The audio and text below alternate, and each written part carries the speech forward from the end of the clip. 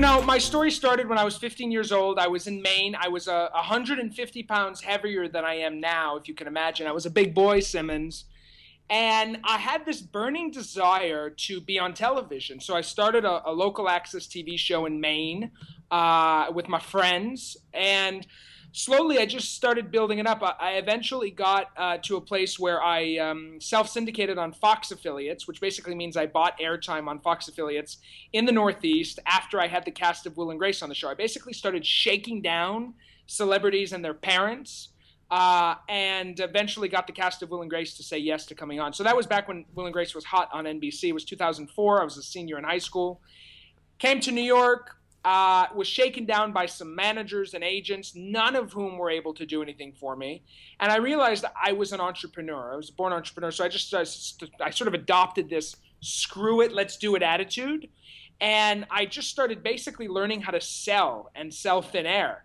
And I started selling sponsorships to brands in America. Overstock.com and Ford were the first two to buy. And they were basically buying this idea for a show called The Edge that I had started on local access. And they were buying the fact that I was young and hip, which we put in quotes, and that I was reaching an important demographic. So went from there to I realized there was nothing on after Jimmy Kimmel. So I put together an amazing team.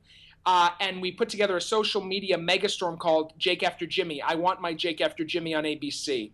And within 45 days of launching that social media campaign where people could actually e-petition ABC to put me on, we had over 100,000 people that had submitted saying that they wanted their Jake After Jimmy. And 3 months later, we launched After Kimmel on Valentine's Day in 2008.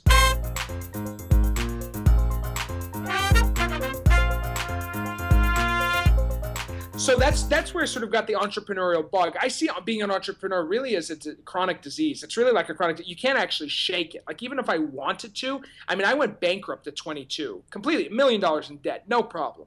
$1 million in debt? Well, yeah, between 500,000 and $1 million, depending on who you ask. Wow. Yeah, That's but an a lot impressive of feat. Well, impressive. It's not easy to go even $500,000 in debt. Yeah, well, it was pretty disastrous. But it's fine. I had a pillow and I laid my head on my pillow and I took 14 months off, but I never took my eye off the ball. I owed people a lot of money and I didn't have my show got taken off of ABC once we launched After Kimmel for 14 months, but I never once took my eye off the ball. I never once went to get that part-time job. Ever. And everybody was like, why don't you go make some money? I said, no, I don't want to. And I'm not independently wealthy. I just borrowed money from a lot of my friends.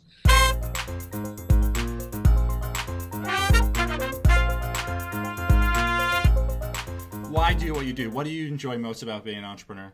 It's not so much about being an entrepreneur. It's about being a member of humanity and being a world citizen. And the best way that I can contribute as someone who wants to be of service in the world is through these platforms of television, our campus music tour, my book. The brand that we're building here is how I can be of best service to people, because that's ultimately what I want my life to stand for and what I want to be about. And that's what keeps me going every single day. It's not the intricacies of my business. It's not the finance of my business, Ken.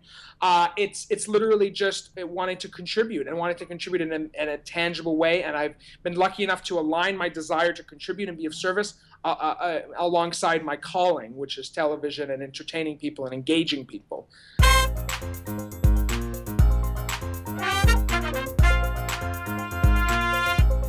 I think I'm very hesitant. A lot of people ask me for advice, Simmons, and I'm very gratified for that. I give a lot of gratitude. But to me, advice that's not coming in the form of questions is just noise. And I tell people, I share with people, just eliminate the noise from your life. There's a lot of noise. Even my family is noisy sometimes for me in terms of, what their expectations are or what they'd like to see me doing. This was more when I was down and out. But even still today, they love friends, family, they love to make the noise. Anything that's coming my way, any advice that's coming my way that is not in question form, I usually just, or unless it's someone that I tremendously respect and I've asked them a question, I usually just put aside, because people just love to tear people down. I just get in my own mind. I'm very to myself, I'm very focused, very deliberate, and I just focus on the internal dialogue, because I know that internal dialogue will create my actual reality. right? When I'm sad, for example, when I'm crying my eyes out for whatever reason, and I'm very authentic and raw, so I don't really care if people know this. When I'm just sad, when I'm having a sad day, I remind myself, I tell myself, I say, I give you permission to be sad or to be down and out or whatever I'm feeling. And I also remind you, I'm speaking to myself, that you can choose to, whenever you want, to switch out of this state. Whenever you give yourself permission, you have the runway. Just that allows me to get out of the state within, usually 12 hours. I don't stay stuck in a state for very long. I'm usually at a pretty consistently happy, upbeat state. And that's because I've learned how to run my mind. No matter what level you're at, you're able to get to the next level by learning how to run your mind. It's so important because then the outside world doesn't affect you. Economy was crashing in 07, 08. People were losing jobs, houses, but I was my most successful ever. I just didn't listen to the noise. It's nonsense. Now, here's the tough part about not listening to the noise, Simmons. You ready? I'm ready. Hit me with it. It means that you're going to stop. If you're truly going to be not listening to the noise, it means, and if you have a lot of noise in your life, if you're identifying it as noise and you don't really want it a part of your life, you're going to omit friends and family from your life. And this is what I've done. Because I don't want their baggage. I don't want their noise. I don't want that. That's not who I am. That's not what I want around me. And it meant, back when I was first starting to do this, it meant saying goodbye to a lot of people that I had had around me for a long, long time. But it's made me a better person. So that's the trade-off. You got to decide what's good for you in your life and where you're at.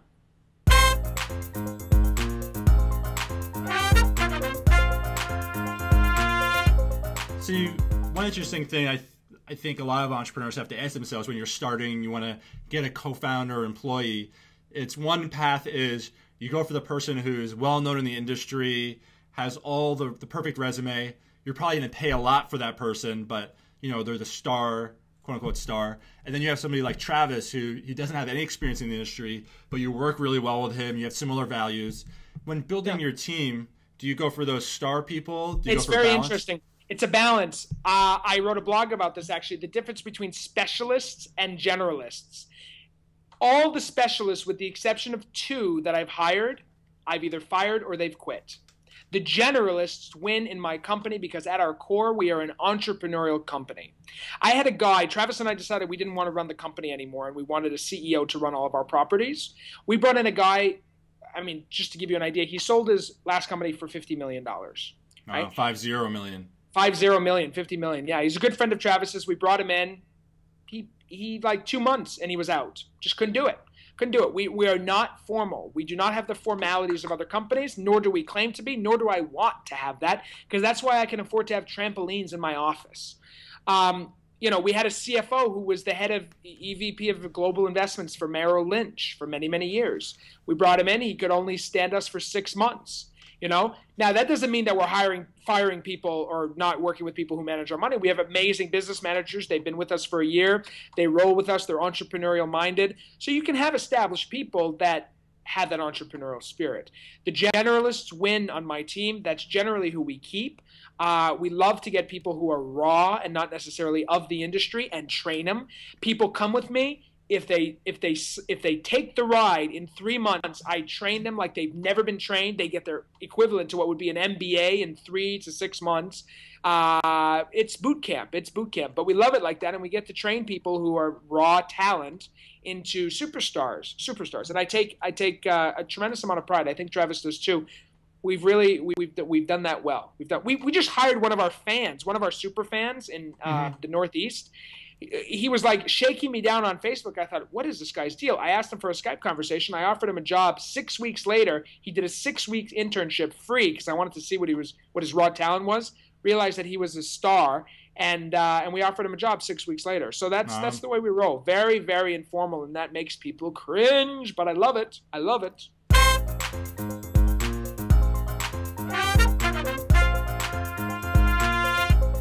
Okay, so we have idea of how you find people in your network.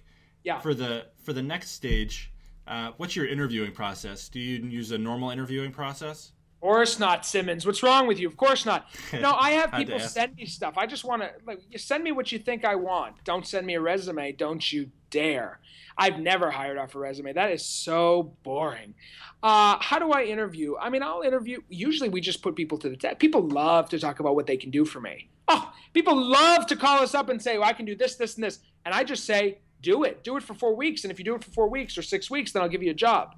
And then all of a sudden we get who really is the story. We get what the story is. Also, people who love to just call me up and waste my time and want to meet with me to see if I have a job, I ask them to meet me at 7 in the morning. And if they You do say little yes, tests along the way. of course. If they say yes, then I know that they're for real. If they say no, I said no, thank you. I cannot. I do not have time. I do not have time for all stars. I do not have time for all stars. We're in the process right now of promoting from within to have a managing director who will work below Travis and I. And this individual, has worked with me for 2 years.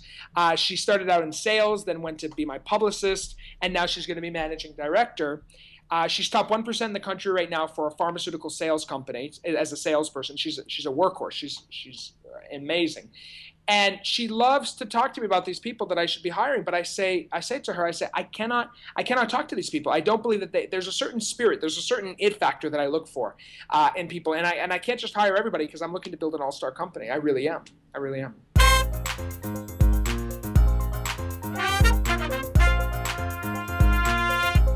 One final idea from my end is give it to to follow us. up with Jake's is surround yourself with incredible people that you admire.